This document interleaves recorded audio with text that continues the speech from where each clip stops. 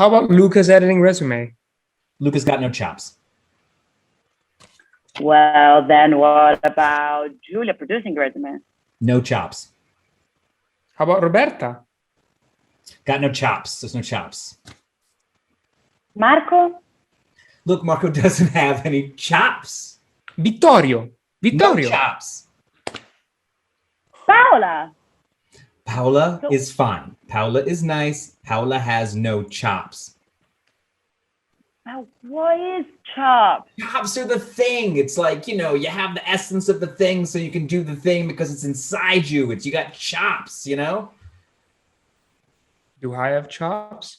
You've got chops. La imagen por la cual vale la pena arriesgar la vida, sacrificarse hasta la muerte en los campos de batalla de todos los continentes del mundo.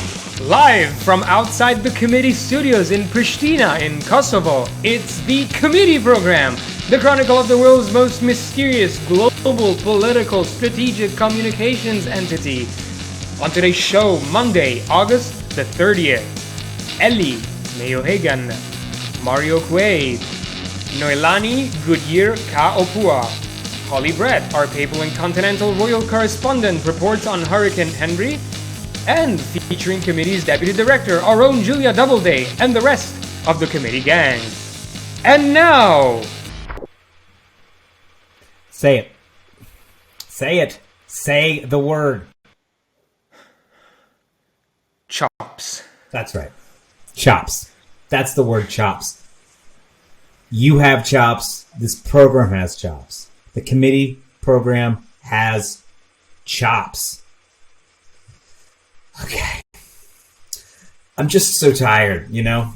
I'm so tired because, you know, we're trying to do things, trying to move on from things, and just, I think that maybe it's the lack of chops. It's the lack of chops that's bothering me, and I think it's a generational thing.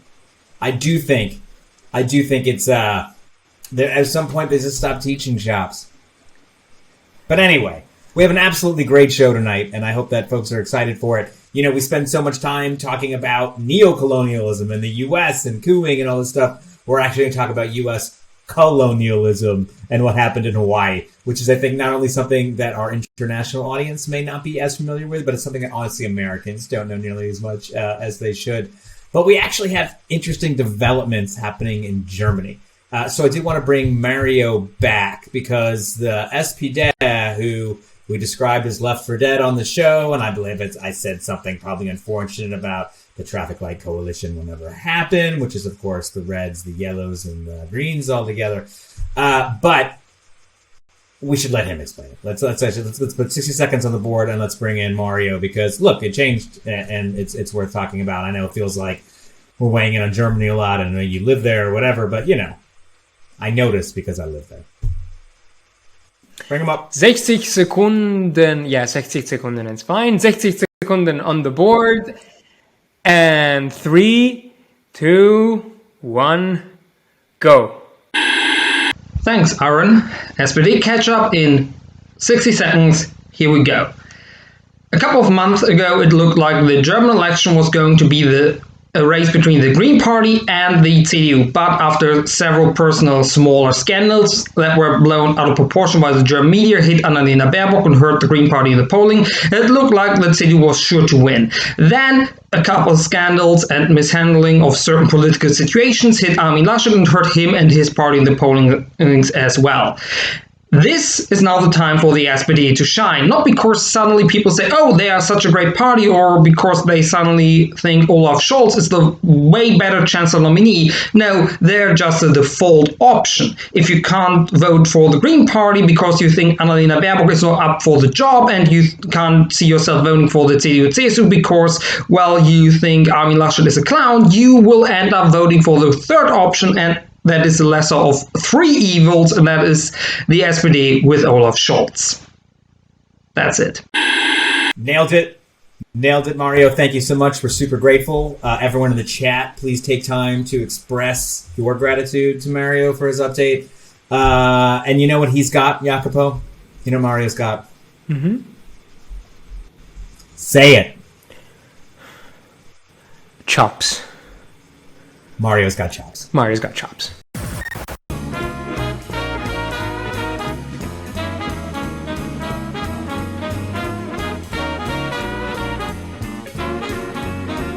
Hi, and welcome to Cross Atlantic Crosstalk. We have with us the usual gang. Ellie Mae O'Hagan of the Class Think Tank. I think you all had a great week this week. You can tell us more about it. And of course, the show's own Julia Doubleday. Hello. I actually wanted to start out, and look, we think about you both with those things that I've said, but both of you have acted as political creatives. Julia doing the closing argument for Julie Oliver's campaign. Ellie, we worked on Jeremy Corbyn's campaign in 2019. So you both have been on the creative side of making ads. I would like to show you both an ad that I think is worth talking about, both for style and then for substance.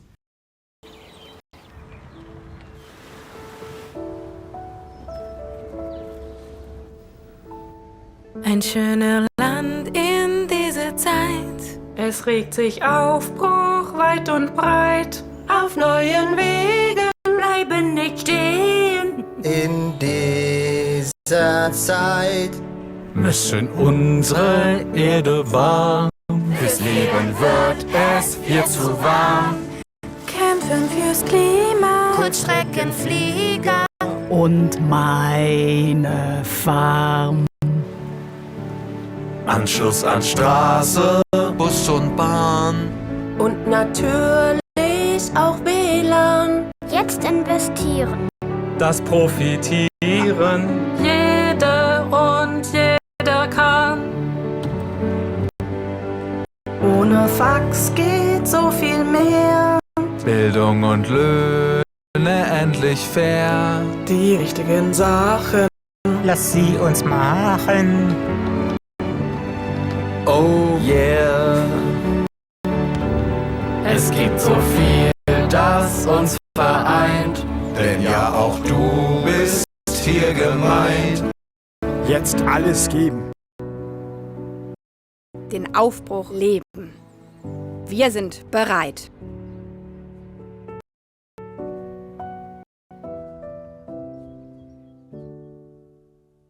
So this is the Green Party's closing argument in the German election, in which sort of, as we just heard Mario talk about actually 10 minutes ago, because we weave the show together as one seamless Hitchcockian, perfectly edited experience, was talking about how the SPD are having a surge at the expense of the Greens, who are continuing to fade.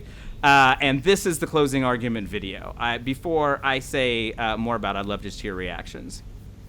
I think that those people are going to murder me in my sleep, and they may be part of some sort of cult. They seem like they're of the corn, we would say. Yeah. Yes. Yes. I did quite like the. I mean, it was really hard. It's a song that would be very familiar to Germans, and like sort of is a song you sing at summer camp. So like in the Boy Scouts and the Girl Scouts, you would sing this song. But I do like you know me. I like videos that portray a nation. You know? Yes. Now, I would say that you see sort of a very sort of specific, I mean, I would almost think that like Steve Bannon did the casting for what the nation looked like, because I mean, to call it like aggressively demographic would be mild. Very, very midsummer vibes. And I'll say structurally what I find odd is that it shoots in both directions to sort of, portray this future that perhaps liberals want. But then it is supposed to directly appeal to CDU voters, to conservative voters who are like, they're talking about Germany, and like they're not communists and they're real Germans. And look, they're saying how like German it all is, and this is good, and Barn, and the Barn lady is just fantastic, right? She's very castable in almost anything that we do. But it is sort of this last minute, as they see actually social democracy sort of on the rise, making a dive for the right is what this appeal is.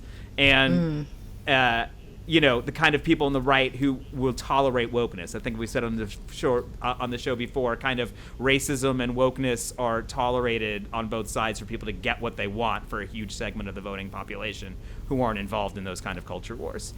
So to kind of connect that dot, that is the theory, sort of operating theory behind behind this ad. I mean, do you see any parallels between in the UK and the US, the kind of tendency to want to, at the last minute, scoop towards the center?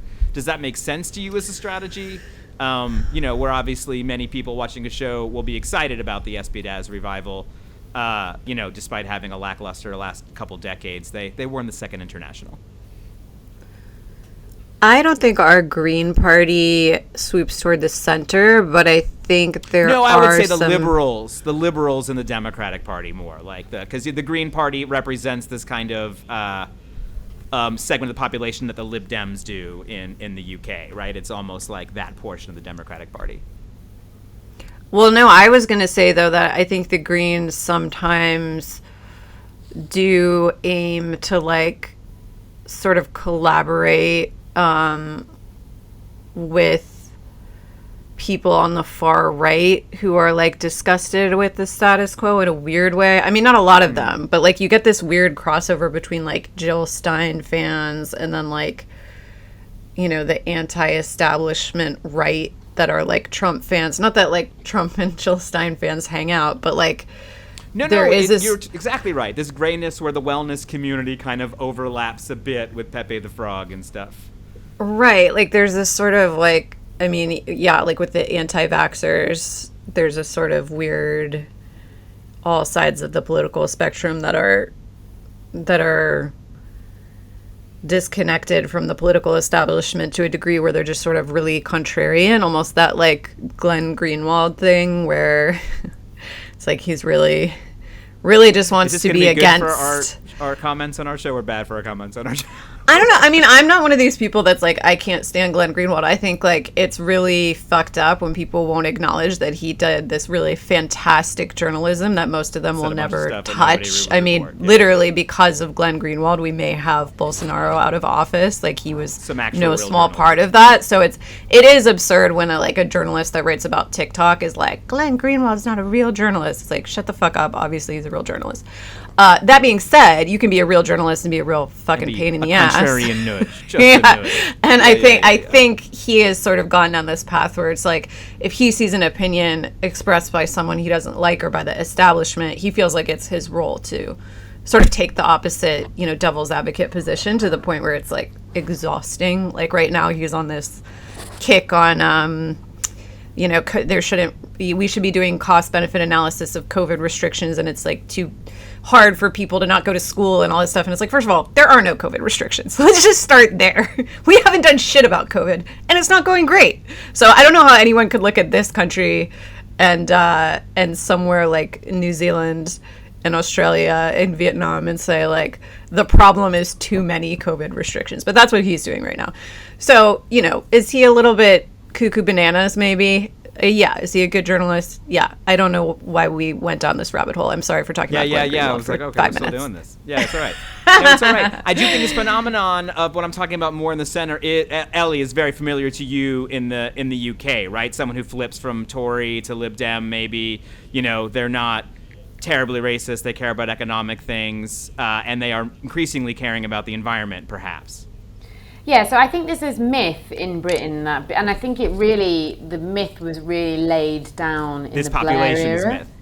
Myth. Yeah, well, so I think that there's a sort of certain group of people who now run the Labour Party who believe that the average voter is like a moderate.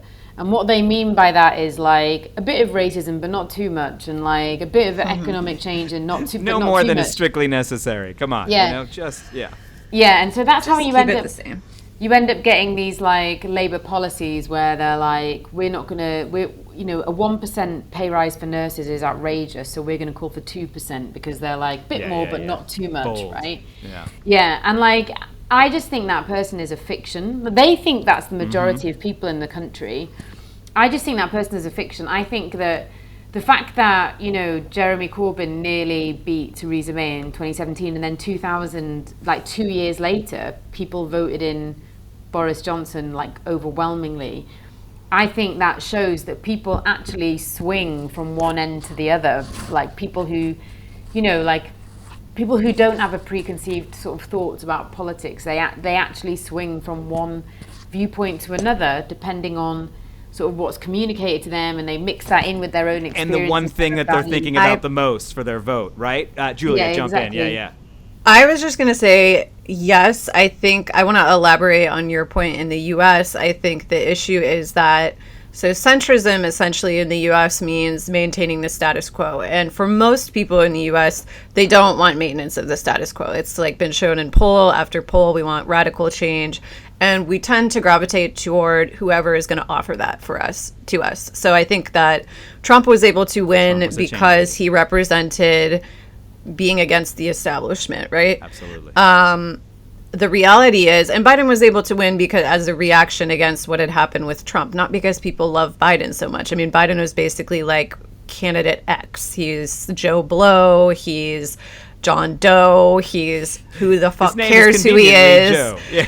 Yeah, who the fuck cares who he is? He's just a man in a suit, but like, let's get out of crazy town.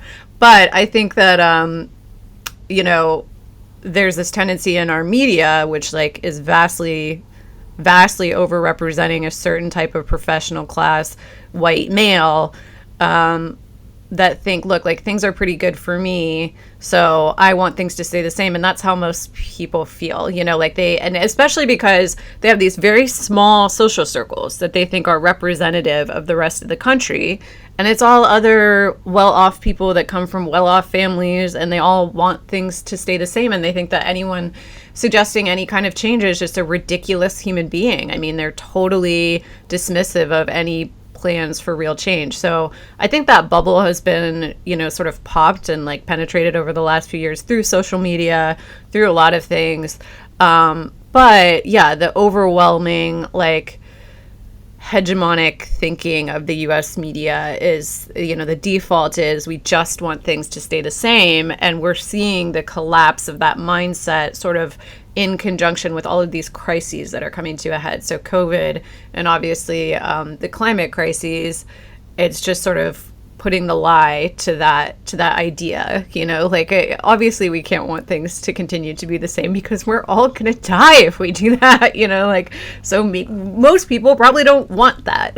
I mean, I do want to throw some blame and shade on the media on this, just because fuck the media. Whether it is in the US or in the UK or in Germany here, part of the reason people still see this sort of bell curve of voters with the huge chunk in the center is because smart political people put this as political analysis, out there in the newspapers and on the TV. But it definitely seems like everywhere it is the same. There's this mythical voter that people are failing to get and then wondering where they are. And I also do think that like the political parties sometimes think of themselves as these beautiful worldviews, but like that's not how people think, right? They're voting on what they're angry about or what they're thinking about right then. And this sort of, they don't think about the spectrum the same way we do. Well, I think to take a swing at my least favorite people in journalism, the editorial pages of the New York Times and or pretty much any editorial opinion pieces. We'll just hit him on the way out the door. It'd be good. Yeah, whatever his name is. And Nate Silver and Matt Iglesias and Ezra Klein, just put them all in a basket of deplorables, dare I say it. She's not running for anything, folks. She's fine. Yeah, the thing with them is that they keep writing this same sort of column recently that's like, why are people flocking to populism? Why are people flocking to the far left and the far right? Why are people flocking to what they call extremism? Why are people going to extremes? Why are they making bad decisions? Yeah, why are they making bad decisions? And to me, it's just really interesting that these people who keep asking the question why are being paid to answer that same question, and all they can do is continue to ask the public, and then they don't want to hear the answer. So it's a very strange situation where I have the answer to that. A lot of people, I think, have the answer to why they don't want to subscribe to centrism anymore. But these people just want to keep writing the same, 600-word column every week that says, I don't get it. It's stupid, and it's that's not analysis. Yeah, it's happening? not. Yeah, it's just sort of publicly being lost and confused it's about the amazing political how you reality can as you're being paid. about not knowing things. Right.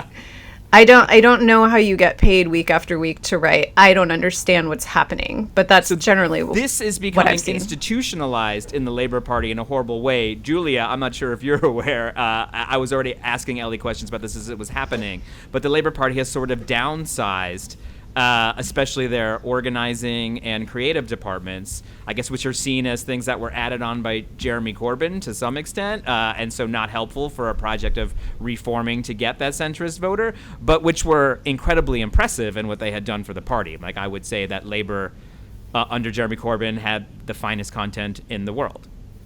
Yeah, so I would say that as well. Totally unbiased opinion. Finest content in the world. Get yourself a sash with that. I'll get a mug with best content on it. Yeah, I think there's a few reasons for that. I think, first of all, the Labour Party is skin, because it's broke, because loads of people... Skin, yeah. I suddenly thought, is that a word that... No, we don't use that, but I would really like to got it, and we liked it. Yeah. Like, ooh. It's broke, so because loads of people left after there was they've left in the last year or so. As people have been kicked out who they admire and like, and as sort of this thing has happened. Yeah. So yeah, and then also like there was a strategy to sort of woo back corporate donors, which hasn't really worked. So partly it is just about money. But I think, it's also about kind of, I think, getting rid of like kind of pockets of leftism. And I think they just want a smaller, tighter... Like. Annihilating the resistance. Yeah, a smaller, tighter team to have, they just want to be able to have like more control over the party. And like one of the things that they've done recently is that they've decided that this like set of organizations are prescribed. I can't remember all of them, but I know that 3 of them are basically organisations that deny that there's anti-Semitism in Labour, and then 1 is an organisation called Socialist Appeal. I'm not sure why that's been prescribed, but anyway, anyone who's had any dealings with these organisations at any point seems to be under threat of auto-expulsion. And just to be it's like... McCarthyist. It's crazy. Yeah, and just to be totally clear, I mean, I have very strong opinions about anti-Semitism in Labour. I think it's a real issue that was dealt with catastrophically by the last leadership, to their shame. So I don't agree with any of the sort of the standpoints of the groups that exist to say that it's not a problem. I think that's really dangerous. But what I do think is not helpful is like conducting the leadership, or like the kind of bureaucracy of the Labour Party, conducting itself in such a way that it seems like it's like totally politicizing the disciplinary processes in the Labour Party in order to get rid of like, well, this is how it seems, because it's so not transparent, and there doesn't seem to be any process involved or anything. No, it really is. I think Julia muttered purge, right? It really it has that feel. Yeah, you just wait. Yes. So like the national president of the Bakers Union, so my think tank is part funded by the Bakers Union, was just he's been threatened with auto expulsion. The Bakers Union has been affiliated with the Labour Party since before it was actually established properly as a Labour Party, for like over a century. And so this guy now is under threat of expulsion. They haven't even spoken to him. He hasn't been given any chance to like figure out exactly what he's being expelled for. He hasn't given a chance to kind of make amends. There's been no process. So it's not that I'm like defending what he did, because in all honesty, I'm not totally sure what he's being threatened with expulsion for. When it's auto, it also feels a little like no one's sure. It's like, sorry, the machine says you can't get on the plane. Like, what do you want me to do? But like, I just think when it comes to a party where anti-Semitism has sort of become the sort of linchpin of an internal culture war that has created a lot of upset, a lot of bad faith, a lot of people digging their heels in, actually just getting rid of people without explaining yourself and without having any kind of process in a way that appears from the outside to be really factional is the perfect recipe for people to not take anti-Semitism seriously, and for them to say exactly what the argument was all along from these groups. It's all a witch hunt. It's all a ruse. And actually, of course, there was an element of that, but it actually is a really serious problem, and it deserves like solemnity in the way that it's talked about. And I just think they've totally screwed that up. But I also, but also not divorced from things like Islamophobia, right? Which is something that happens in the party a lot, but is not sort of examined by the powers that be in the same way. Yeah, you know, so the Labour Muslim Network, it has sort of mentioned that, like, they talk about that their members experience a lot of Islamophobia, and yeah, that I would say that the reason that hasn't been given as much press is because Islamophobia in the UK is such a acceptably mainstream bigotry that you can kind of get away with it. And like, you know, I think that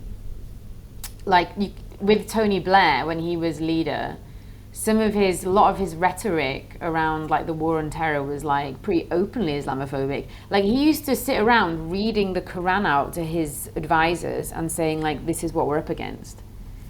And he used to say, like, you know, we've got no problem with like mainstream Islam. It's like extremist Islam that we don't like. But I think he was pretty sloppy with defining what the boundaries of that were. So, you know, like there's that whole element to it as well. And there's this sort of feeling that like there's a feeling in the Labour Party that some voters think that Jeremy Corbyn defended everyone but them. And often they'll mention like groups like Palestinians who are like Muslim. So I think it's also being afraid of being on the side of foreigners that's like meaning that the Labour Party isn't acting on this Islamophobia stuff. Either way, it's not cool, basically. Any of it.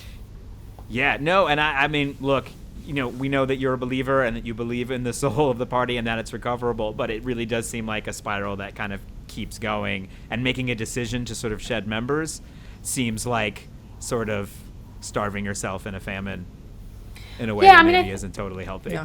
Yeah, I was reflecting recently on because as you know, the Unite Union, the Union, which is the UK's biggest private sector union and biggest donor to the Labour Party, has just elected a new general secretary she's quite ambivalent about the Labour Party, and she was quite critical in her campaign about the sort of theory of change behind getting Jeremy Corbyn elected and what that meant. And I suppose what I would dispute is that there was any kind of theory of change. It was just sort of something that happened before it was really ready to happen, and then everybody just had to kind of scramble around and make the best of it. But I was sort of reflecting on that time after, you know, thinking about what she said. And what I remember was, yes, people did become very enthusiastic about like what they sort of saw in Jeremy, which was a possibility for politics to be entirely different. But it was also that it was clear from the other two candidates, they just like really embodied this like decay, the sense of decay, the sense of this exhausted, bereft party, and that like social democracy across Europe was collapsing. They didn't seem to have any answers to that beyond like blandly promising to listen to voters. They didn't have any policies. They didn't really have anything to say other than they felt an entitlement to lead the party. And I think that was the driving force behind the enthusiasm for Jeremy. And I think now we are back to that sense of like atrophy in the party. I mean, I don't say that like happily with joy. In any way. I genuinely like. I'm not like. I try really hard not to be factional about this stuff. Truthfully, I didn't vote for Keir, but like I was ready to like get on the Keir train. But that does seem to be like he doesn't want a lot of people on the train. Yeah, he's been reading his Lenin.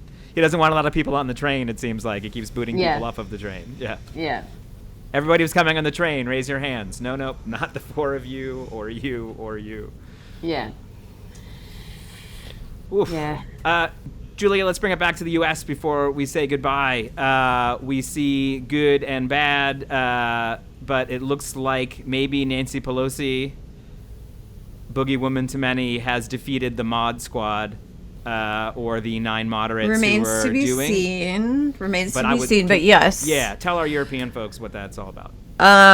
So yeah, last time we were talking about this battle that's going on with the 2 bills, the reconciliation bill that has the $3.5 trillion budget, and then the infrastructure bill.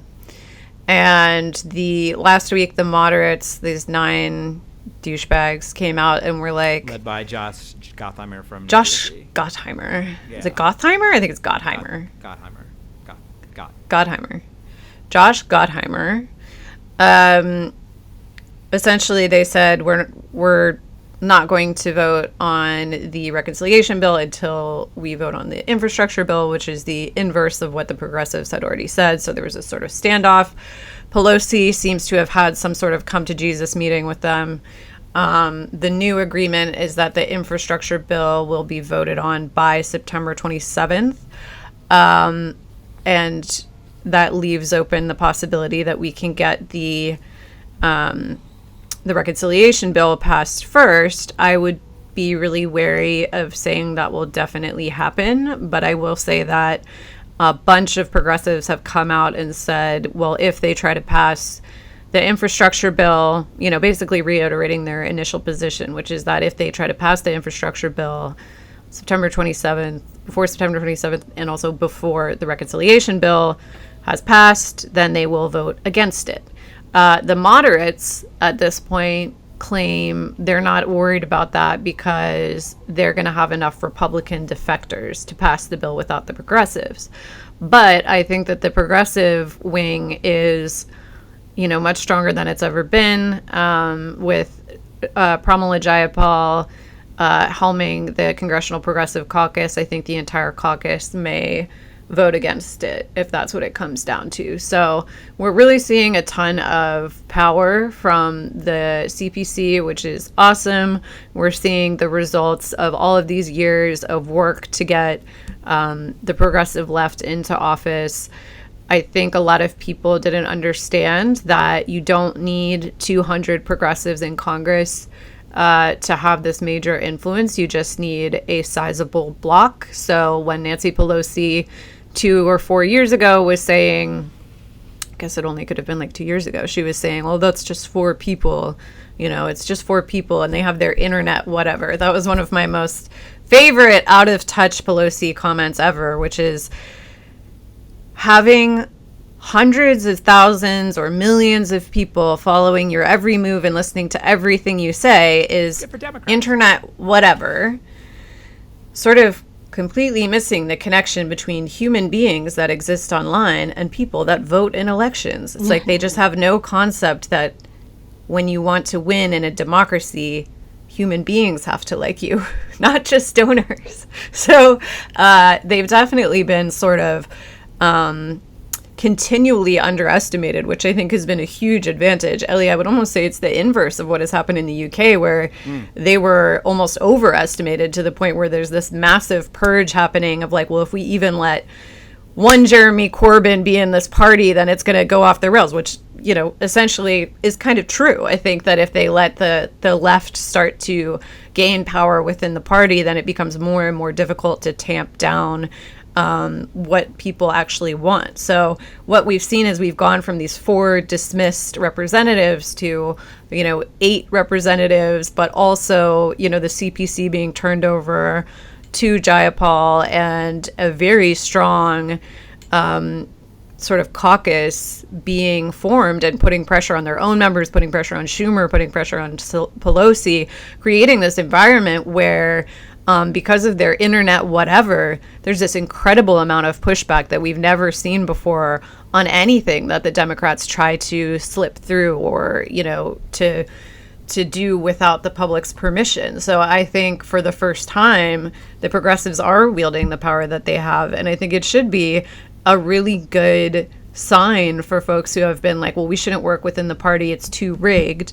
It is rigged, it's very rigged, and but fortunately we have so many more people who believe in the agenda that we have, that's our advantage, and we have to keep putting people up, we have to keep running people, and we have to keep working outside of the system as well. The activists outside of the system have been incredibly important. It's a diversity of tactics, but having these people in the room and having these people that they can't shut down and ignore and block, it's an important piece of the puzzle. So I think that, I would love to be ahead of where we are, but where we are is certainly ahead of where we were 2 years ago. So it sounds like the watchword, and this is how I'm going to sum it up, is Bolshevism, both for the squad and for Keir Starmer. Keep it small, keep it tight, keep it disciplined, and you can get the goods. Thank you so much.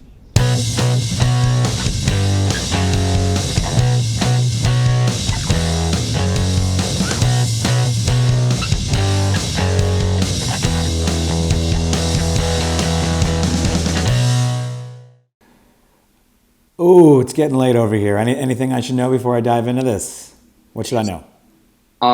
Well, I don't know if you noticed, but I got my hair cut, and I just wanted to let you know that you don't have to make a big deal about it. Okay. You can just do it. You know what? I will not mention it at all. We'll do the segment and I won't even mention your haircut. Yeah. Would you prefer it that way? Yes. We don't have to talk about your haircut for 1 second. It is not a reason. There's not a reason. No one cares. No one cares about your haircut. So, but turn around. Is that all the way?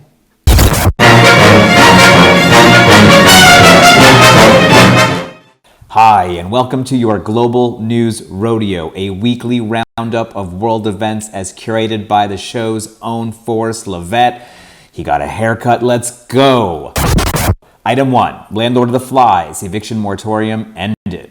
Reuters is reporting the U.S. Supreme Court has ruled to end the pandemic-related eviction moratorium. The moratorium was a federal ban on housing evictions established by the Centers for Disease Control and was supposed to continue until October 3rd. It stains credulity to believe the statute grants the CDC the sweeping authority that it asserts, the court stated. The vote was 6-3, with all the conservative judges voting in favor of the law, which they deemed was on shaky ground. The White House urged state and local governments and landlords to urgently act to prevent further evictions as the pandemic shows no sign of stopping. I mean, people call it a tsunami. People have lots of metaphors. I mean, this is a disaster. And I just want to talk about housing a little bit because I feel like sometimes we talk about housing in terms of houses and homelessness, and of course, these things are related.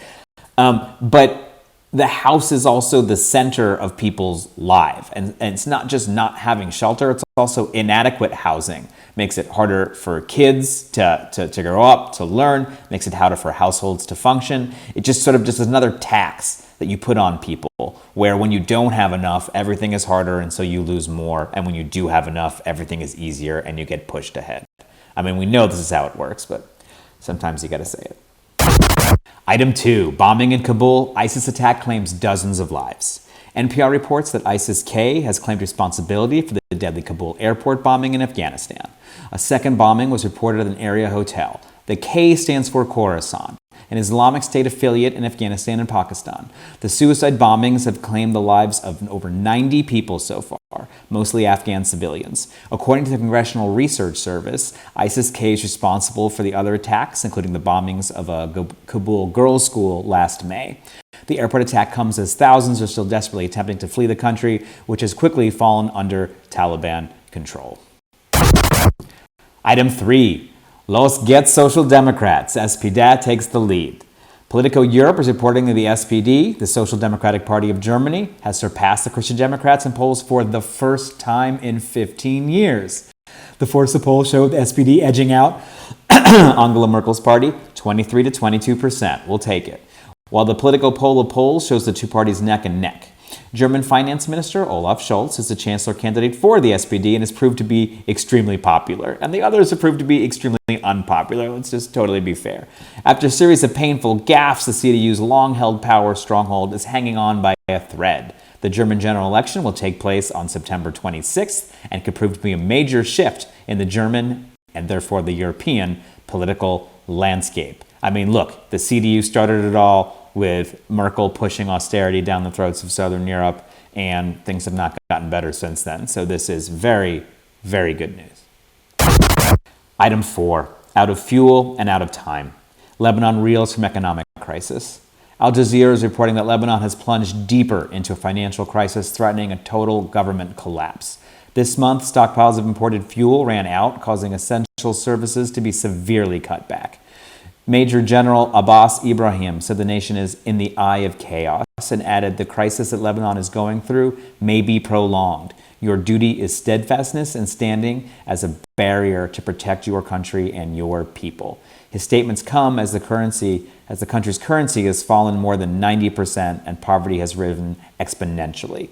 The UN Secretary General asked Lebanese leaders to urgently form a new government, and foreign donors say they will provide aid as soon as a new government is formed, which addresses the economic meltdown. Item 5, free the true North. Scots push for a second referendum. The Guardian reports Scottish Secretary Alistair Jack has said the UK government could approve a second Scottish independent referendum if support remains high enough. Jack assured the independent support, which has stayed above 60%, would all but guarantee a second vote if sustained for a period of time. He also signaled strong backing could soften the ruling Conservative Party's position, which is already vehemently opposed another referendum. Leading the charge is, of course, Scottish National Party, the SNP, who, along with the Scottish Greens and other leaders, plan to stage another push for the referendum and a cooperation deal. First Minister Nicola Sturgeon plans to outline proposals for the new vote on September 7th. Item 6, the Emperor's same clothes. Israel continues their relentless bombardment. Socialist workers reporting Israel has carried out another onslaught of attacks against Palestinian protesters inside the occupied Gaza Strip. Gunfire and airstrikes were reported last Saturday as hundreds of Palestinians marched along the border fence, which has them entrapped inside of an enclave. The Palestinian Health Ministry said at least 41 people were injured. Israel fighters subsequently turned their attacks on Hamas with a series of airstrikes. Newly elected Israeli Prime Minister Naftali Bennett, who took the reins from Bibi Netanyahu, has blocked aid from Qatar and crucial elements for reconstruction, and Israel continues to control the import of fuel and electricity into the Strip, which has been under Hamas control since 2007, when they won an election.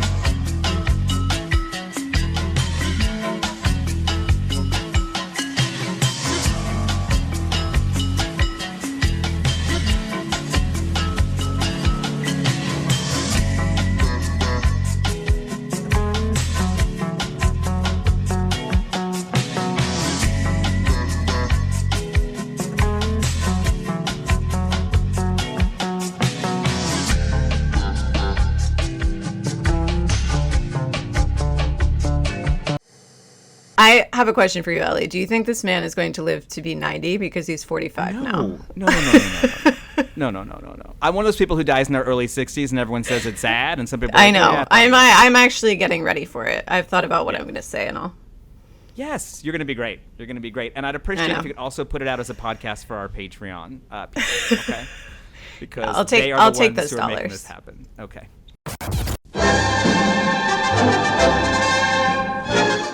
Hi, and welcome back to the committee program. This time on Deep Cuts, we're doing something really interesting because we spend a lot of time on the show talking about, in fact, we were just talking about, we edit together the show, not all at the same time. It appears live. It's a Hitchcockian miracle that we pull off. Anyway, we were just talking before about how we are always on the show dealing with American neocolonialism and looking at coups in other countries and stuff. But we have in the state of Hawaii, current state of Hawaii, a very interesting case of actual American colonialism, the real actual thing. And so we're very grateful for Julia putting together this panel today. And Julia, can you take us in? Yes, absolutely, Arun. Thank you. So today we have joining us Noelani Goodyear-Kaʻōpua, a Kanaka Maoli scholar and political science professor at UH Manoa. She's going to be speaking to us today about Hawaii, its language, history, traditions, and culture, as well as the struggle for sovereignty and the last few decades of activism around land rights and independence.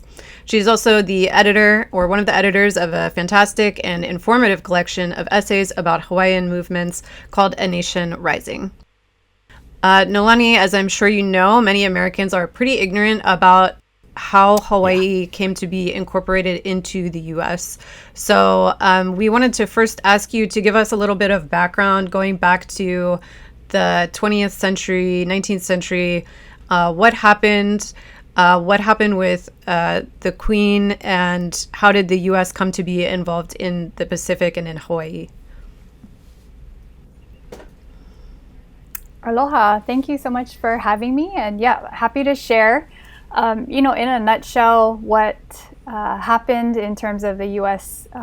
Occupation of Hawaii, which is ongoing to today, was really the joining of two forces. One was a white supremacist plantation elite here in Hawaii, some of whom were of American descent, but others were of European descent as well.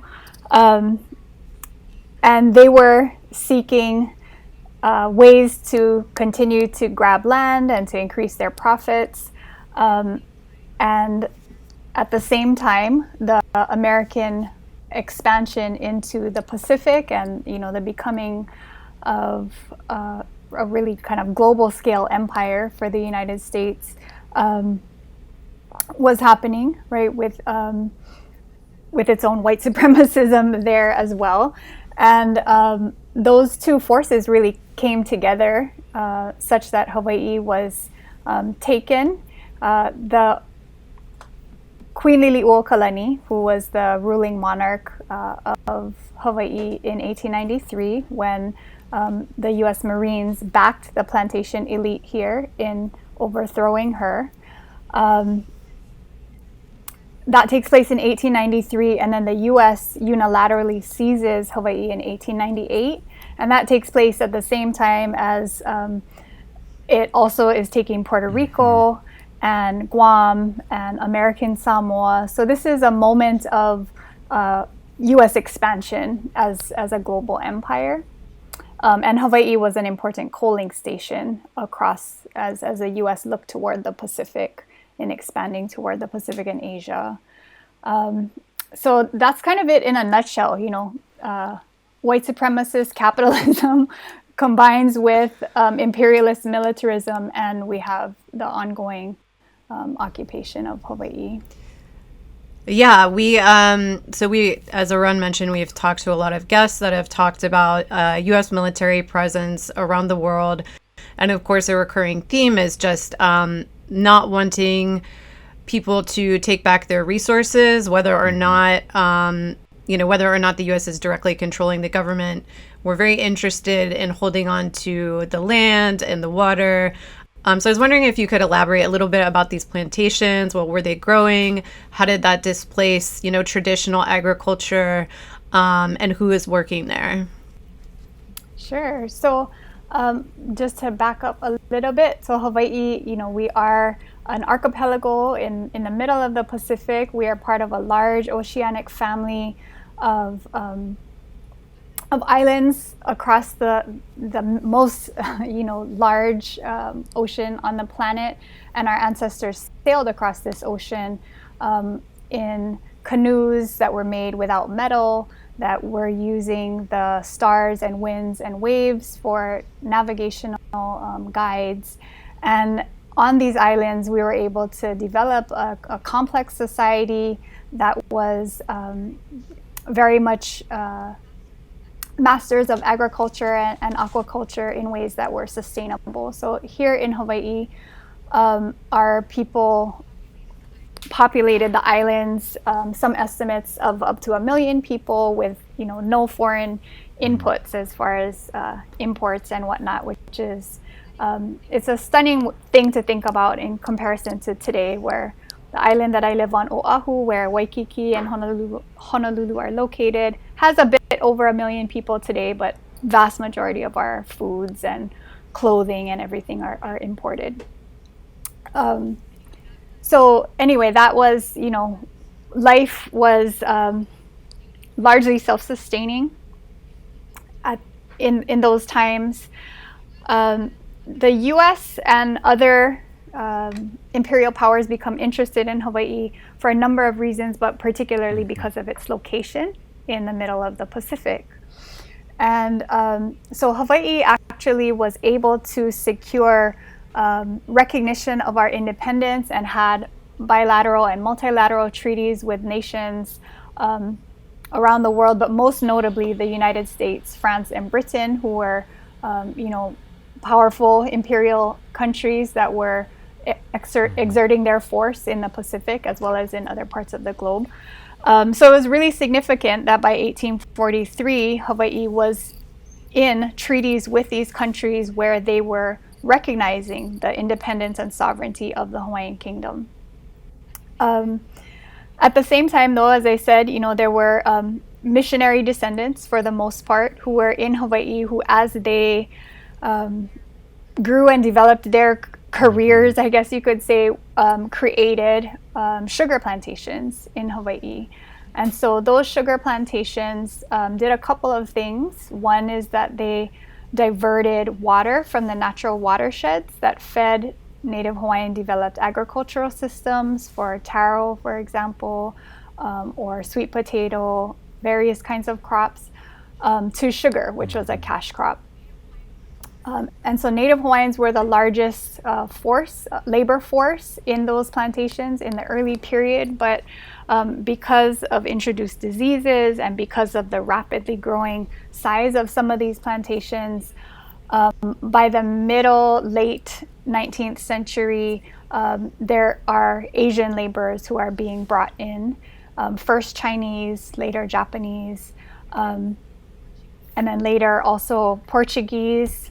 After the U.S. occupation begins, Puerto Ricans. So there are a number of different peoples, Filipinos. There are a number of different peoples who become the labor force within the plantations. And then, as I mentioned, as those plantations are growing, this is a very small, in terms of numbers of people who are controlling the industry, but a large number of people, obviously, who are needing to work in that industry, and a large amount of water. Sugar is a very thirsty crop, so it took a lot of water and diverted water, land. So it was already that kind of tilt happening where, because of this sort of extractivist kind of notions, like imports were starting to need to come in from some of these countries where there were the treaties. I mean, today, famously, as you said, everything on the island, cars, everything's super expensive because it's imported in from the outside. But does that happen right away because of these sugar plantations? Like, how early does Hawaii become dependent for foodstuffs on neighbors and stuff because of some of these policies? Is that a mid-20th century thing? When do you see that happening? Yeah, more toward the 20th century. So what does happen, though, in the later part of the 19th century is that this white supremacist oligarchy with a militia, arm themselves and are able to, through armed force, install a constitution called the Bayonet Constitution, which is forced upon Lili'uokalani Kaiʻuokalani's brother, Kalakaua, which instituted for the very first time racial and class restrictions on voting. So they, were literally sort of tearing a page out of what their colleagues in the U.S. South were doing in terms of trying to impact a democratic system and to have the political control so that they could expand their profits. But there still was, at that time, a lot of land for the amount of population that we had, and we didn't have quite the pressures that we did once the U.S.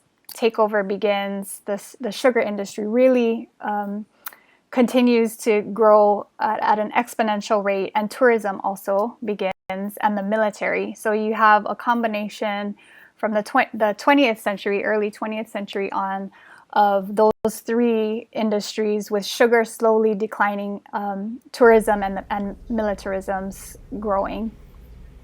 Yeah, such that by them, go ahead. Yeah. Oh, I was just going to say, we've seen, all over the world, there's been this imposition of monocropping, monocultures, the sort of destruction of local ecosystems, which we're now, people in the West are understanding more and more was very short-sighted.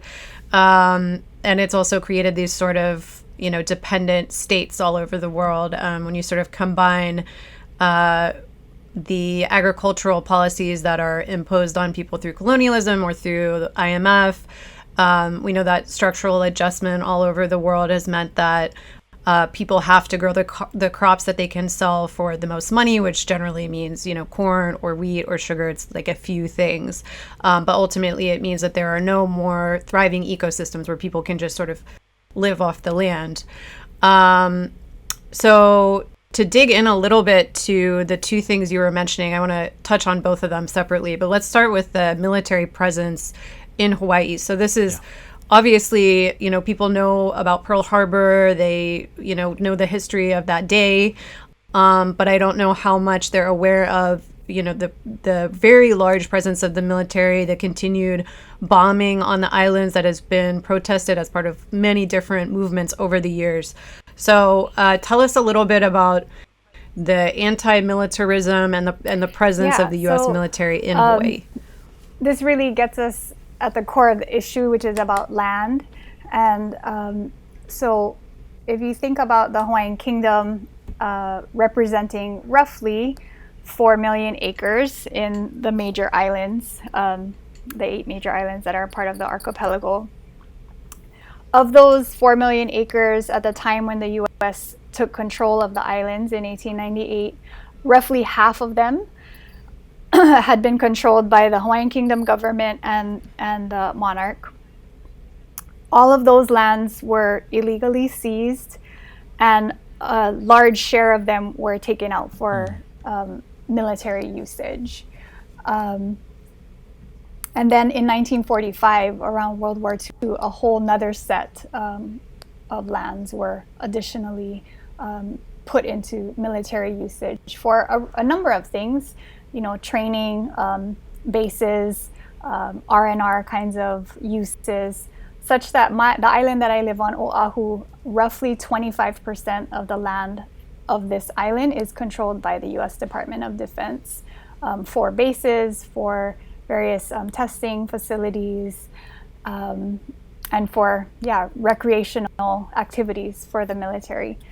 So that's a huge amount, and I think if people were to think about like the state that they live in and imagine that 25% of the land of the state that they lived in were controlled by the U.S. military and were inaccessible to Something the public, we're talking that would about. be, give you a sense of the scope.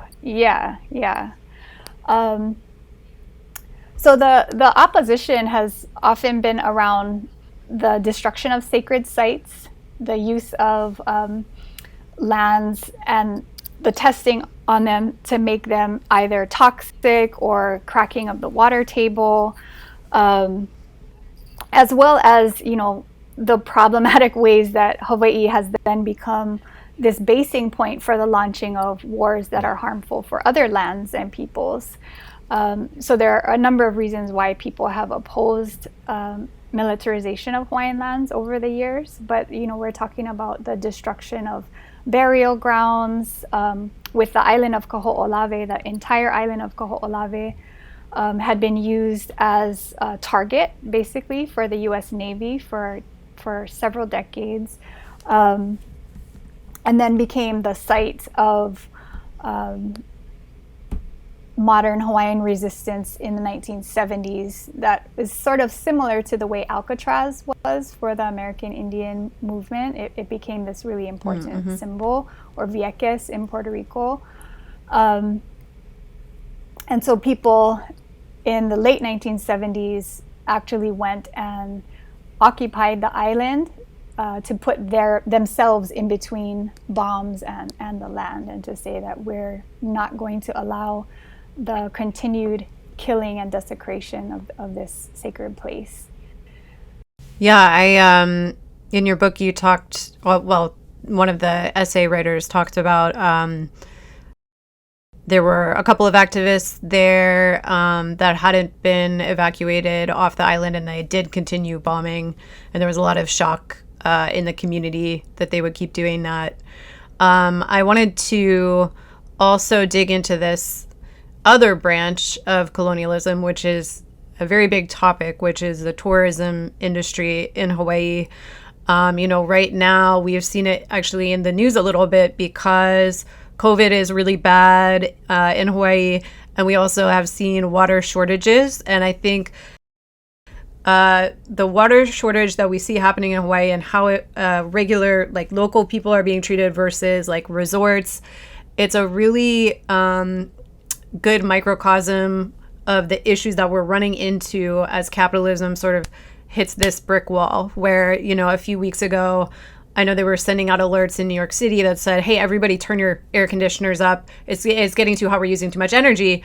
And people were posting, all the pictures of Times Square where, like the Gap has like a massive, store that's air conditioned, so it's individuals are expected to cut back, but things that are for profit, they're just supposed to have unlimited resources. And in practice, that means really harming people who live there. So, I know it's a big question, but feel free to, take it wherever you want. Tell us a little bit about tourism, about how Hawaiians feel about tourism. Obviously, Hawaii's not a monolith, but in your own experience, what's happening there, and what would you want people who are considering being tourists in Hawaii to know? Thank you for this question. So important, and it's such a vivid one for so many of us, having lived the last year and a half through this pandemic, because one of the things that happened fairly early on was that tourism shut down, like the flights were all shut down, and it was the first time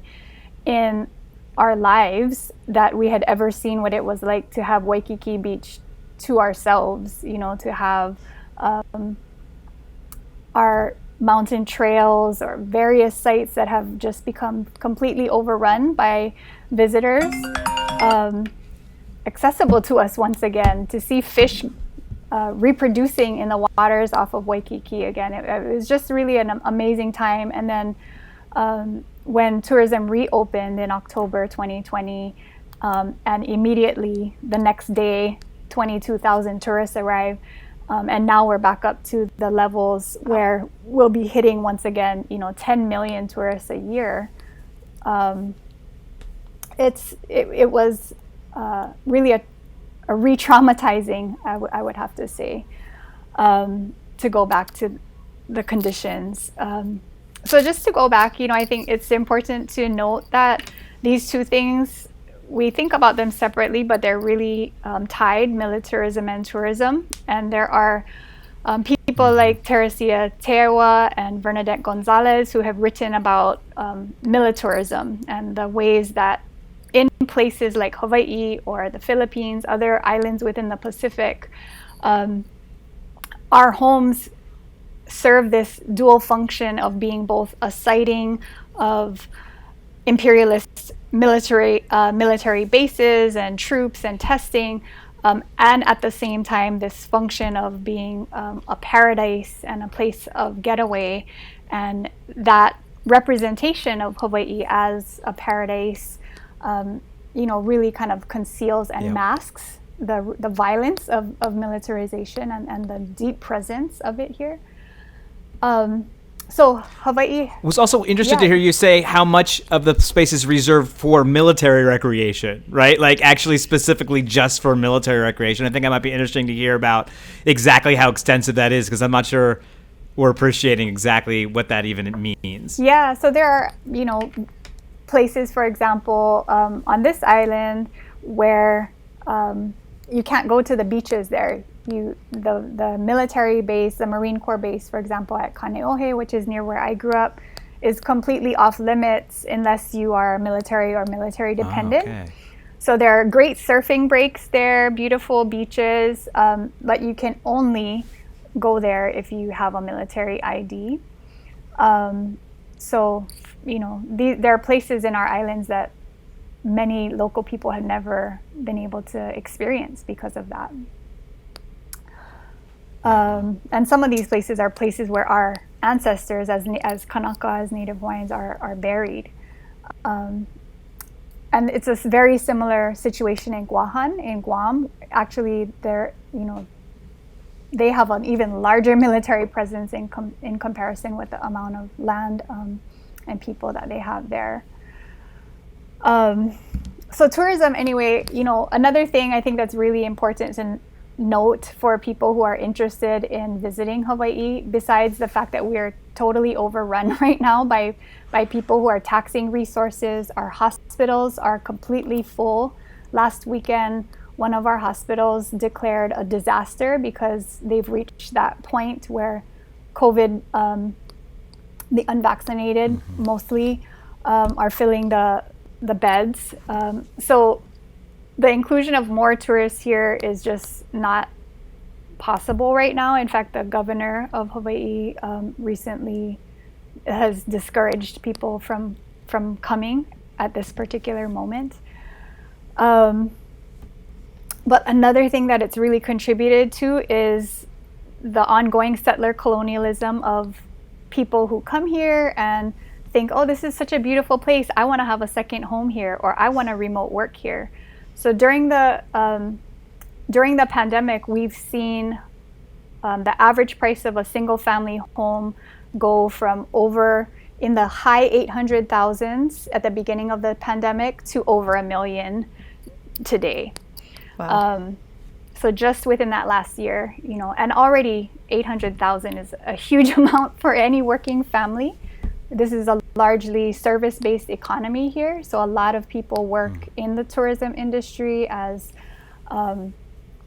clerks, as people who are cleaning the hotel rooms. Even if you have a professional job, it's very difficult to make a living here in Hawaii. So the speculative investment of property in Hawaii, of people who have bought and now have short-term rentals, Airbnb, massive problem. And even now problems with Turo, the rental car, kind of like Airbnb but for cars. Even that's becoming a problem. Yeah. Like you take someone else's car. Yeah. Because there are people who are, trying to make it by, but now have like 7 cars outside in a residential area that they're renting out to tourists. So it's really increasing the income gap, the wealth gap, between the elites and your everyday working people in Hawaii.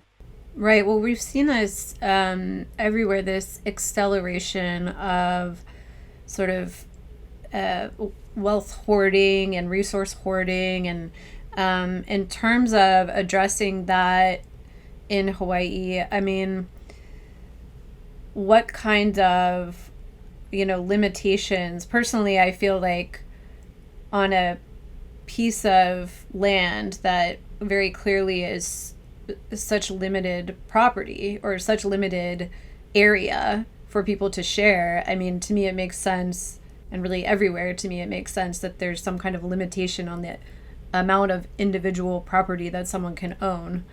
But what are your thoughts on, I guess my question would be two things. What are your thoughts about moving forward as activists trying to address these issues in Hawaii? What are your thoughts about working within the system, the legal system of the American government versus outside of the system, and the sort of protests and not just the government, I would say the two-party system, right? Do activists find political expression, in the sort of traditional democratic process that unfolds? Mm-hmm. Yeah, great questions. So I would say, Native Hawaiian movements and the movements that are not exclusive to Native Hawaiians, but the movements for sovereignty and independence are, centered and led by Kanaka, but really are inclusive of people of various ethnicities. Because the Hawaiian Kingdom, the independent Hawaiian Kingdom itself was multi-ethnic, multiracial kingdom and government that represented those people.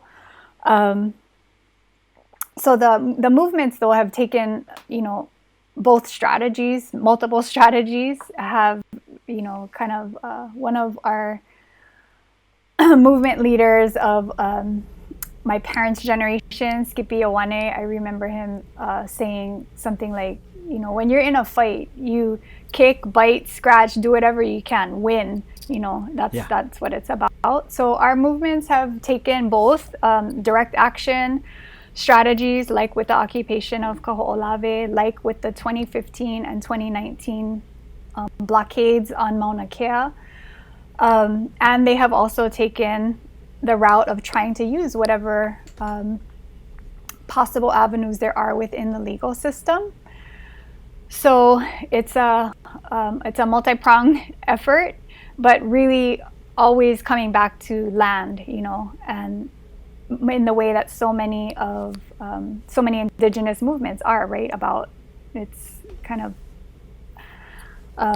the hashtag land back. I mean, that's really what it's about. It's about being able to restore people to lands. So I would say, for folks who want to help and support, there are such a range of different kinds of movements. There are initiatives and organizations that are restoring fish ponds, the traditional forms of aquaculture and mariculture, to grow protein in a sustainable way, as our ancestors did. And lo'ikalo, the wetland taro field, so restoring our ancestral food systems.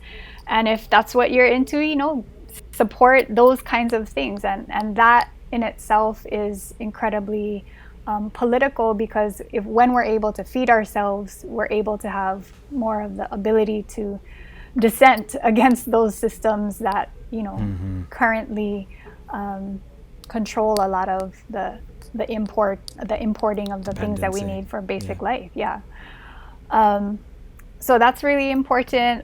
Cultural movements, the movements to restore language, Hawaiian language, and arts like hula, dancing and chanting, have been really important and have powerfully come together with land protection movements. So you saw this on Mauna Kea in 2019, where the Alahulukupuna, the road that accessed the Mauna Kea summit, was held for months, largely led by hula masters, there are people of all kinds, but the ceremonies that took place every day, 3 times a day on the islands, were inclusive of hula and chant, and were led by these master teachers.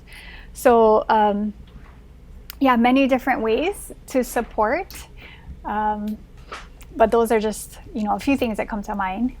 Yeah, I'm glad that you started to touch on these cultural traditions. It's really inspiring, I think, and beautiful to see the way that Hawaiians have continued to preserve this culture, this beautiful culture.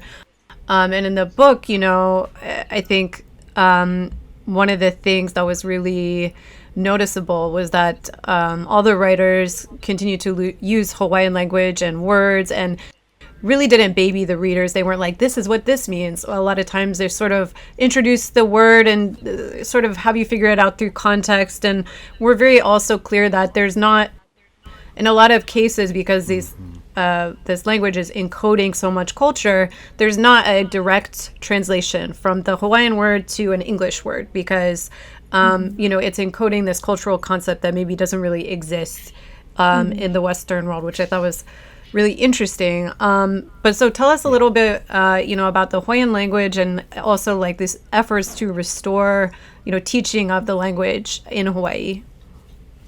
Yeah. So Hawaiian is part of the family of the Austronesian family of languages. Our language is very similar to islands in other parts of what is now called Polynesia, places like Tahiti or the Cook Islands, Aotearoa, New Zealand. All of our languages are very, very similar. And we had a very robust educational system, a national educational system in the 1800s when schools were first created and schools were in the Hawaiian language, teachers were teaching in Hawaiian, people were printing newspapers. We're unique in that for Indigenous languages, we have an archive of well over 1 million pages of writing in our native language by our ancestors from that time who were seeing mass death because of introduced diseases and knew that the only way to preserve a lot of the knowledge that we had traditionally passed orally was to write it down. And so they loved writing and printing and publishing. And I tell my students that it's kind of like, the way that social media just exploded for them. Newspapers was like social media, they just really loved writing in. So people would write in with chants that they had composed for the death of loved ones. They were translating, great epic stories from English into Hawaiian. They were writing our epic stories in Hawaiian and serializing those over time. So we have this really rich archive, which is amazing. But in the beginning of the US occupation in the beginning of the 20th century, it was very clear to the elites who were seizing power at the time that they needed to stamp out the language and that they needed to erase the history of, brilliant achievements of our ancestors. And so the language was banned, and there was no government funding for schooling in the language. And so for a large part of the 20th century, Hawaiian went underground or was very, very marginalized. People were beaten for speaking the language to the point where in my parents' generation, they just weren't raised speaking it at all.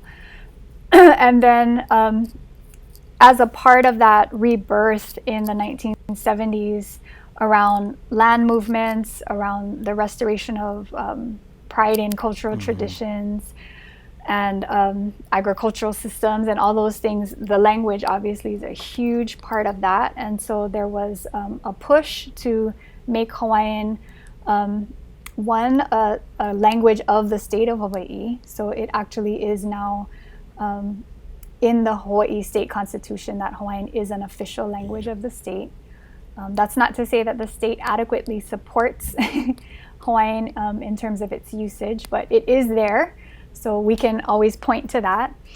But really grassroots efforts to create preschools, to create K through 12 schools, to have to the point now where people are writing dissertations in Hawaiian, where music and television programs are being written in Hawaiian again.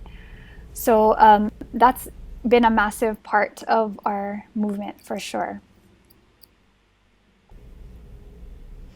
I think that that tendency toward violent suppression that we see in all of these, across all these indigenous cultures, from, language to dance to traditions, really speaks to the power that those things hold, because, it's almost strange how much of an interest the state takes in sort of crushing these cultural traditions, and really speaks to this need for this hegemonic control of the way people are thinking and behaving and talking and acting.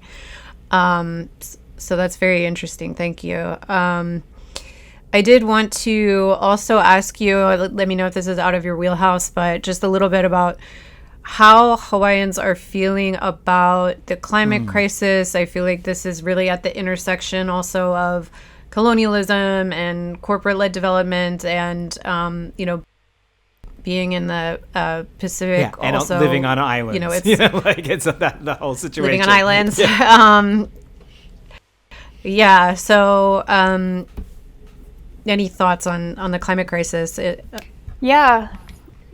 Well, we're very aware of it. I mean, although we're on high volcanic islands, so unlike our cousins in places like the Marshall Islands or other low-lying islands and atolls where the islands are already being consumed by the ocean,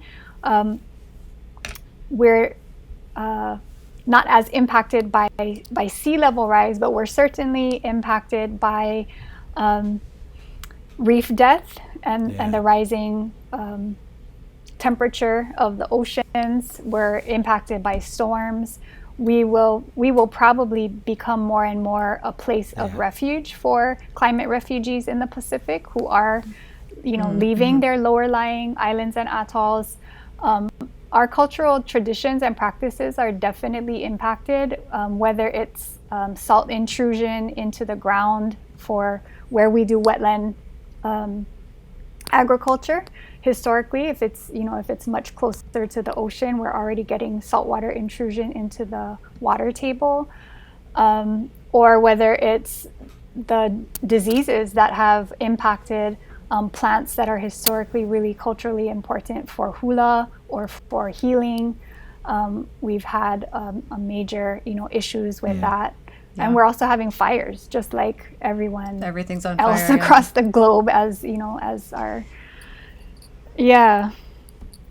So we're certainly feeling it, and people are very concerned. And this ties directly back to tourism. We could completely go 100% green energy, renewable energy for our electric sources here, but unless we change jet travel, that is really the largest segment of our burning of fossil fuels here in Hawaii is for jet travel to the islands, to and from the islands. Okay, well, we're coming up on 45 minutes, so I just want to wrap us up with maybe another question around this land usage. I mean, we talked about the military owning a lot of land. We talked about tourists coming and buying up property. I also know that there's this big corporate presence in Hawaii with, Syngenta running these GE test fields in Maui. So talk to us a little bit about the corporate presence in Hawaii and what's been done to push back on that, and why they're even in Hawaii in the first place. Yeah, so there's an essay in the book about the ways that Hawaii has also been a center for GM crop testing. So, a large amount of land, particularly on certain islands, has been utilized for the testing of GM crops. And what the major concern there, in addition to just the controversial, and the various ways people feel about genetic modification in general, is the use of pesticides on those lands, and the ways that takes those lands out of production of food crops that could be edible by people here.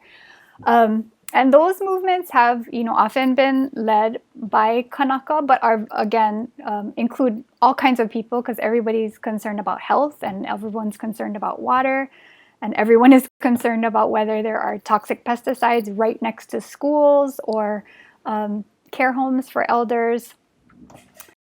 So it just comes down to, again, kind of this vision that Hawaii, like other islands in the Pacific, are far-flung, that it's fine to use these places as guinea pigs for testing, whether it's military testing or GM crop testing.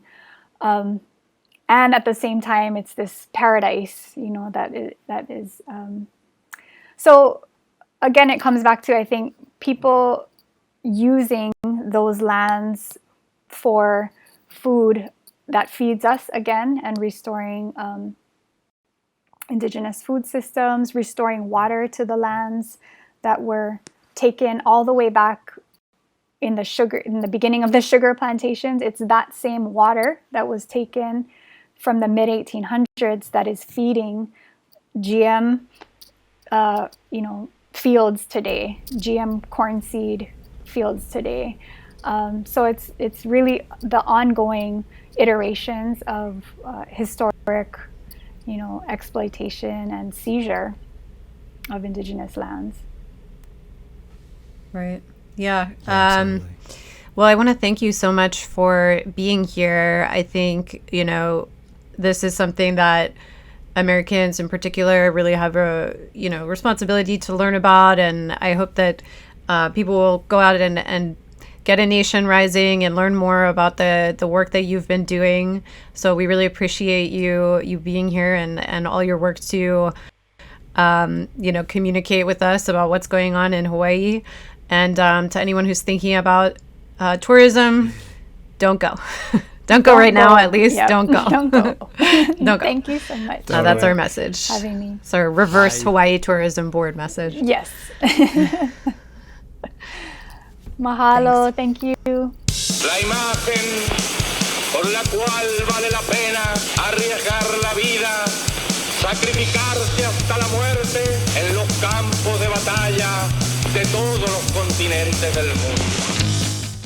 You're saying in front of a guest, in front of an important guest, that my hair normally looks like this? Not only is this slander, it's embarrassing for me.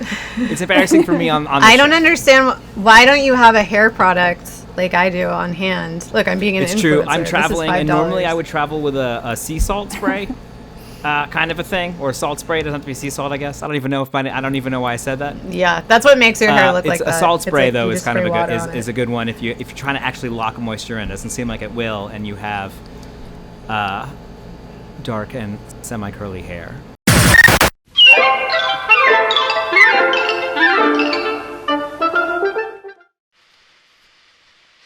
Hey there, Arun. How are you doing? Hey, I'm really great. I'm here in Pristina. It's good to see you. We're supposed to, I think, record installment 3 of Keeping Up with the Habsburgs next week. Yeah? Oh, well, yes, but I did actually want to call you with urgent reporting and get you up to date with some very new changes that have happened as they pertain to the Habsburgs. Yeah. Okay. Yeah. Please. In fact, let's get the graphics set up. Let's get the graphics set up going. Here we go. Everybody ease into your squares. Okay, we're always ready. We're always ready to keep up with you, Hawley. Let's go. Great, because I have some urgent news here. I am here, of course, in Boston, and Hurricane Henri has just landed on the south coast of New England. And Yes, so I wanted to get this dispatch out to you and to our viewers. Not only do we have this storm here locally, but I wanted to show you we have been tracking the locations of the modern-day Habsburgs in relation to the storm, which you can see here. We have Karl, he's safe in Austria. Karl von Habsburg, the head of house. We have Sigismund, he's in Switzerland, and we have Lorenz in France. And now, they're not in imminent danger from the storm right now, but they do not have a great track record, the Habsburgs, of Hurricane Henri's. If you zoom out and you look at the tempestuous tides that roll through the empire over time, you can see they've really struggled with Hurricane Henri's of the past. And so I'm thinking today, of course, of the most recent Hurricane Henri, which was the marriage of Prince Henri of Burman-Parma with the Archduchess Gabriella of Austria. So this happened last fall in 2020, and they had a fabulous royal wedding in the middle of COVID. And he's really the latest Henri on the scene of the continental royal landscape. So we're going to be following him really closely as he makes his next moves. Of course, though, to understand events like these, we need to go back to the Hurricane Henris of the past. And there was, of course, no greater storm than that of Henry VIII, when he divorced Catherine of Aragon and split from the Pope and the wishes of the Habsburg at the time. Yeah, you may be familiar. So, of course, Catherine of Aragon was the aunt of Charles V, who we all know and love. And Charles V, he pressured the Pope at the time to not grant the divorce of Henry VIII. And the Pope, of course, did not grant the divorce. And that was when Henry VIII proceeded with it anyway, defying the Pope, splitting off from the Catholic Church, and really giving a big middle finger to Charles V and to continental power at the time as well. So this schism, we won't be able to go deep today into the events of the Reformation, but I promise our viewers will do a special segment on it later on. But I really today wanted to make sure that we also had time to follow up with where we left off in the Hurricane Henris of that era. Because you see, right where we left off after the legacy of Rudolph I, his sons were to carry on this legacy, and the son of his son, Albert I, was actually another Henry. Henry the Friendly. Yeah. And Henry the Friendly, his name, it says friendly here, but he was not so friendly. He was actually very aggressive in helping his brother, Frederick the Fair, vie for the German crown. He joined Frederick in the Battle of Mulhdorf, which unfortunately they lost, and so he and his brother Frederick, along with 1,300 Austrian nobility, were actually captured and imprisoned. Henry spent years in prison, and it wasn't until he paid a ransom of 3,000 ducats and agreed to the cession of his rights to Giangimo, Castel, La, and Vitra that he was able to be released. Of course, he didn't end up helping his brother succeed in gaining the German crown. His brother failed at that. And so it was after these events, Rudolph I's death, the assassination of Albert I, and the failure of Frederick the Fair to gain the German crown, that the Habsburgs at this point were at a very weakened position. And they were yet again thwarted by another Hurricane Henri. This time it was King Henry of Bohemia. And now King Henry of Bohemia, he was a member of the House of Gorizia. He was also the Duke of Carinthia, the Landgrave in Caranoia, and the Count of Tyrol. He was also the King of Bohemia, Margrave, and Moravia, and the titular King of Poland in 1306, as well as between 1307 and 1310. Another Habsburg, confusingly named Rudolph I, the disambiguation here is Rudolph I of Bohemia. He challenged the King of Bohemia for the crown in an election. He was able to win it just for 1 year, but then was not able to win it again. And so the Habsburgs were forced to expand southward. And it wasn't until the death of this Henry that they were able to look back into that region and re-secure the power that Rudolph I had started to build, as we covered last time. So, oh gosh, it looks like he fell asleep again. Well, I know that we want to make sure that he gets this message and this very urgent reporting, so I think I'm going to try to call back and wake him up very soon, and we'll get back to you on this. Comite, comitato, comitiet, Kamiteto, Karul, Komitsi, We Yandwe, Samiti, We Committee. Hi, and thanks for watching this week's episode of the Committee program. I actually have a late night tonight. I'm going to have to do a lot of work, but I did not want to let you all leave without getting a sleepy time reading in case it's sleepy time for you. So let's dive right back into Elias Canetti's Crowds and Power and actually hit a very special chapter, which is about persecution, about the crowd feeling feelings, this is not good writing, of persecution. One of the most striking traits of the inner life of a crowd is the feeling of being persecuted, a peculiar, angry sensitiveness and irritability directed against those it has once and forever nominated as enemies. These can behave in any manner, harsh or conciliatory, cold or sympathetic, severe or mild. Whatever they do, it will be interpreted as springing from an unshakable malevolence, a premeditated intention to destroy the crowd, openly or by stealth.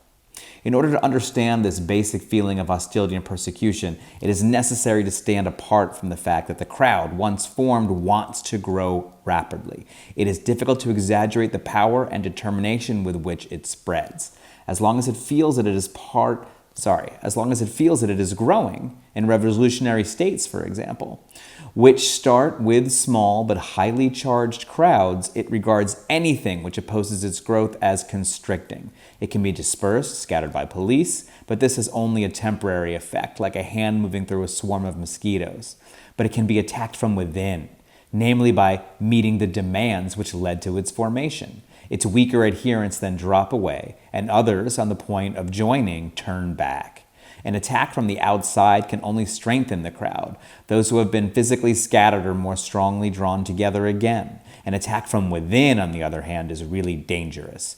A strike which has achieved any gains crumbles visibly. It is an appeal to individual appetites, and the crowd, as such, regards it as bribery, as immoral. It runs counter to the clear-cut basic conviction of the crowd.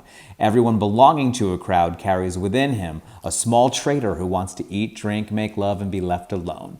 As long as he does all this on the quiet and does not make too much fuss about it, the crowd allows him to proceed. But as soon as he makes noise about it, it starts to hate and to fear him. It knows then that he has been listening to the enticements of the enemy. The crowd here is like a besieged city, and in many sieges, it has enemies before the walls and enemies within them. During the fighting, it attracts more and more partisans from the country around. These slip through the enemy lines, click in front of the gates, begging to be let in. In favorable moments, their wish is granted, or they may climb over the walls. Thus the city daily gains new defenders. But each of these brings with him that small invisible traitor we spoke of before, who quickly disappears into a cellar and joins traitors already hidden. Meanwhile, the siege continues. The besiegers certainly watch for a chance for attack, but they also try to prevent the new recruits from reaching the city. To do this, they keep strengthening the walls from the outside. In this strange siege, the walls are more important to the assailants than to the defenders, or they try to bribe newcomers to keep away. If they fail in both, they do what they can to strengthen and encourage a traitor to his own cause, which each newcomer carries with him into the city. The crowd's feeling of persecution is nothing but the intuition of this double threat. The walls outside become more and more constricting, and the cellars within more and more undermined. The activities of the enemy outside the walls are open and can be watched. In the cellars, they are hidden and insidious. But images of this kind never convey more than part of the truth. Those streaming from outside, wanting to get into the city, are not only new partisans, a reinforcement and a support. They are the food of the crowd. A crowd which is not increasing is in a state of fast, and therefore ways of holding out through such a fast and religion have developed a great mastery of these. I propose now to show how the world religions have succeeded in holding their crowds even when they are not in a stage of fierce and rapid growth. Now we're starting to get into the stuff that's really about organizing, how it can happen. We have this mythical crowd that can grow on forever that he's talking about, but now he's saying a religion, every religion, is in itself a crowd being kept together by some sort of force. The sort of force cannot be as explosive, as the riot or as something that is this open crowd, of course, as he defines it.